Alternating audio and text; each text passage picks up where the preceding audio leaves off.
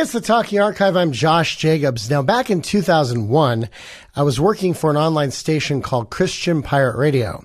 And there was a tour called the Strangely Normal Tour that was being led by Phil Joel, who was then the lead singer of the Newsboys. He had a solo album out, and he was at the Glass House in Pomona, California. And I decided to go out there to interview him. And when I got out there, I thought, you know what? Let me not just interview him, but let me interview everybody who's there on that tour.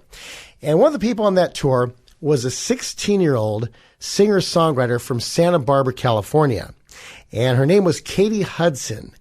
And I got to interview her. It was a great interview. We're going to be presenting in just a second here.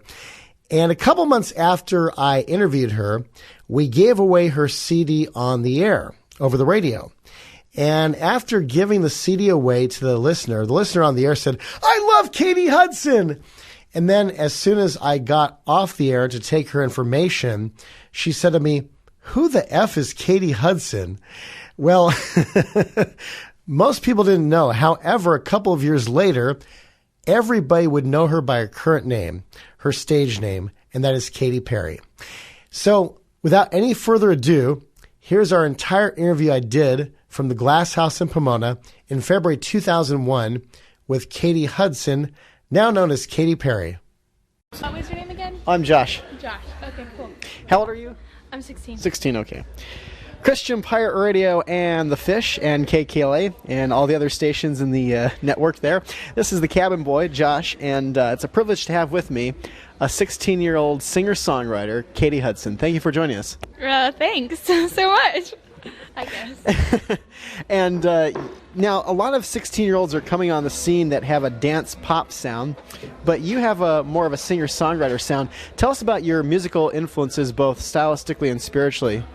Well, I'm not really a lot of pop. I mean, you can find pop in it. You know, it's pop rock, but who really influenced me throughout the years, I guess, would be like Jennifer Knapp, of course, and then like Fiona Apple. There's a lot of that flavor in there, and lots of jazz. Excuse me. I love jazz. I just ate. I'm sorry. That's awesome. That's what it is. Yeah, I absolutely love jazz. I love all the vocal jazz, just anything, because I used to dance to jazz. So that really influenced me a lot. But I've gotten under a lot of great mentors while I've been in this whole business. Jennifer has actually taken me under her wing, Jennifer Knapp, and that has just been so... I was just like, oh my gosh, Jennifer Knapp, I mean, I've grown up on your music. I'm going to die. I love you. Yeah, and she's like, back off a little bit. But it's cool. I think it's going to develop into a really good relationship, mentor-wise. And then my road manager, Anna, she is such an influence, and we're accountability partners. So I don't really have any spiritually musical friends that influence me because I don't know a whole lot of them, I guess. I'm just a new bird. Well, and tell us about, are you originally from Santa Barbara, California? Yeah, I'm from Santa Barbara. No, I was born there, and then my dad decided to take a backpacking trip. Well, actually, he decided to become an evangelist for 9 years. So we went everywhere from, like, Tulsa, Oklahoma to Fort Myers, Florida, I guess, and started churches and left them. But then we came back 5 years ago to back to California, Santa Barbara, and I absolutely love it. I love California! You don't want to move to Nashville? No, because I think it keeps me really humble when I can come home and my parents are like, take out the trash. And I'm like, what? I don't care who you are. Yeah, so. But after 5 minutes, you come down to your senses and say, yeah, I'll do it? Yeah, I'll do it. Well, I have to do it anyways, sir. I mean, I'm not that way. It's just that it does keep me humbled. It really does, because I'm around my family and nobody knows me. And I mean, nobody knows me now either, but you know how it is. What's your name again? I don't know. And tell us about some of the songs on your record. Well, a couple of my favorite songs. I guess that sounds a bit conceited, but one song is called Growing Pains, and it's kind of like a little teenage anthem, I guess. It talks about, I was actually, a little background around it is, I came over to this guy's house. I was in Nashville, and I had just been hearing all these things about, well, what are you going to say, Katy, when people say, oh, well, what do you have to offer? Because I've heard it all, dude. Every person that's walked through this door has been like, well, I'm here for this, and I'm here for this, and I stand for this, and I stand for this. What is new about you? What are you going to do? And I was like, gosh, man, I don't have that all figured out yet. I mean, who does? I mean, we're all growing. So I came over to this guy's house, and I told him that. I'm like, I need to make a song about growing through Christ. And I did, and it's called Growing Pains, actually. And it just says, you know, I may not have a PhD or speak in eloquent philosophy, but I do know some things, you know. I know what I've been brought up with. I know my God. I know that He is just so wonderful, I guess. There's not really any words, you know. So that's what the song is about. Yeah. Any other songs you want to tell us about? Well, the last song on the record is called When There's Nothing Left to Give. It's kind of like love notes to God. I was kind of, you know how you get in this point where you're like, gosh, I'm so on fire, and how much more can I give? I've just given you everything. And I wrote it because I was like, you know, I've given everything, so I'll give a little bit more of what I don't have. Yeah. And I don't know, it's a really special song to me. Stuff like that. And what do you like to do for fun besides music, of course, you know, since I know that you enjoy music? Well, I love hanging out. I love chilling and doing nothing, you know, just a bunch of malarkey, and you don't have to pay any money. Gosh, it's so fun, like going downtown and dressing up in bird costumes or something. No, I don't go that extreme, but that's cool. No, I like that, and I love to swing dance. I've been swing dancing for like 3 years, and just so much fun.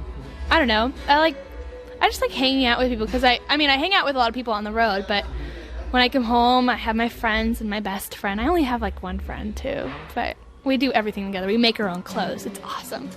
Yeah. Are you going to have them on the internet any day soon? Excuse me? Are you going to have them on the internet any day soon for sale, since you make your own clothes? I wasn't too sure that you're going to start a business, like Katy Hudson Fashions, or Hudson, whatever your friend's last name is.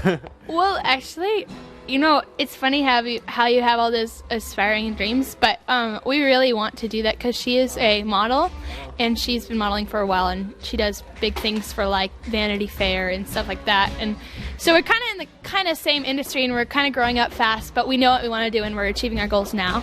So we want to call it Even Kate. I don't know, it sounds kind of dorky, doesn't it? Everyone's like laughing at me right now. They're like, yeah, whatever. Is her name Kate also? Or is... No, well, my name's Katy, but we shorten it for Kate, and her name is Eve. Oh, okay, Even Kate. Oh. Yeah, so I don't know. It should be cool. Maybe when we get a little bit older, you know, since we're both like 15 and 16. Okay. Well, hey, at least you have goals and dreams, you know, at 15 and 16, and that's really cool. I'm going to ask you, how did you get started here? How did you get discovered, since, you know, you're from Santa Barbara, and that's not exactly Nash Vegas, you know? Yeah, not exactly. I actually just started singing to Carmen tracks. It was awesome. I started busting Carmen tracks and, you know, singing and stuff like that. And then I started doing demos of all the tracks that I had been singing, which are like background track switches, like, you know, for people who don't know what tracks are, music without the words or the main person singing. So I just did demos of that, and in the whole process of this, I was playing my guitar, and actually I did a demo at this place called the Dream Center in LA. They have like 150 ministries, and they have a studio. So I kind of made a relationship with them, started doing a dance pop demo and stuff like that. That was, yeah, back in the day, you know, when I was like 13, what I'm only 16 now, but I did that, and then they started a relationship with my label that I'm on now, Pamplin, that has a division called Red Hill. And I guess it just came together. It's nothing like I got found in a dumpster or something, but I mean, who is? I don't know. Whatever. It's cool. Well, thank you for interviewing with us. It's a privilege to have you here on tour with Phil, Joel, and everybody else here on, I mean, you've got a, well, this is like, I feel like I'm part of the United Nations here. Everybody from all around the world, you know? I know. I don't know what I did. I think I had to go and get a brown bag and start inhaling and exhaling. Gosh, I was just so like, ah! I was excited, but thank you so much. No problem. Would you mind giving us a couple liners? Yeah. Okay, let's see. Okay, you can do the first two right over here. That'd be cool for Chris. Hi, this is Katy Hudson, and you're listening to Christian Pirate Radio, the best Christian music on the internet. Hi, this is Katy Hudson, and you're listening to Christian Pirate Radio, rocking the world for Jesus. All right, and let's see. My maps to get home. You can do these two over here. Sorry. Hi, this is Katy Hudson on 95.9 The Fish. Hi, this is Katy Hudson. You're listening to the new 95.9 The Fish. Actually, let me have you redo the CPR ones because I heard a bunch of screaming. I wanted to make sure that's... Which, these two? Yeah. Hi, this is Katy Hudson, and you're listening to the best Christian music on CPR. Hi, this is Katy Hudson, and you're listening to CPR. Can you give us a Merry Christmas song, sir? That's awesome, yeah. And the Happy New Year, or what? Uh-huh. Okay. Hi, this is... yeah, right. Hi, this is Katy Hudson, and when I'm not... Oh, I have to read that first. Big words. Hi, this is Katy Hudson, and when I'm on the information superhighway, I'm tuned to Christian Pirate Radio. Hi, this is Katy Hudson from California, wishing you a Merry Christmas. What is that? From where? California? You can say from California, sure. Okay. Usually it's from a group, but you know. Oh, okay. I like that. That sounds good. Yeah. Hi, this is Katy Hudson from California, wishing you a Merry Christmas and a Happy New Year. Thanks. Yeah, totally. Do you mind if we take a picture? And yes, Katy also let me take a picture with her, and there it is. And the record that she did as Katy Hudson only sold between 100 and 200 copies. It's not available on iTunes or any other platform online. It's very, very rare. However, you can hear the Katy Hudson album in its entirety on YouTube. And a couple months after we did this interview, Red Hill Records went bankrupt. Then in 2004, she teamed up with The Matrix to do an album of theirs. The Matrix is this production team that has produced other people's music. And they hired then 19-year-old Katheryn Perry, as she was going by at that time.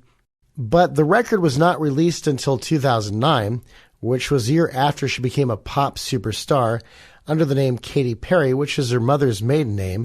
And of course, she did that to avoid confusion with actress Kate Hudson, who ironically broke into show business around the same time Katy Hudson broke into music. Also, another passion that Katy talked about back then, she follows today. She designs her own shoes, and they're available at katyperrycollections.com. Now, whether her good friend Eve is involved in those designs or not, we don't know. But if you do know, either way, let us know. JoshDJ57@gmail.com. That's JoshDJ57@gmail.com.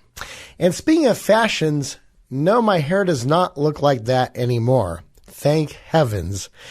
I just wished I was still as skinny as I was back then. But we're glad to present this interview, heard for the first time ever online.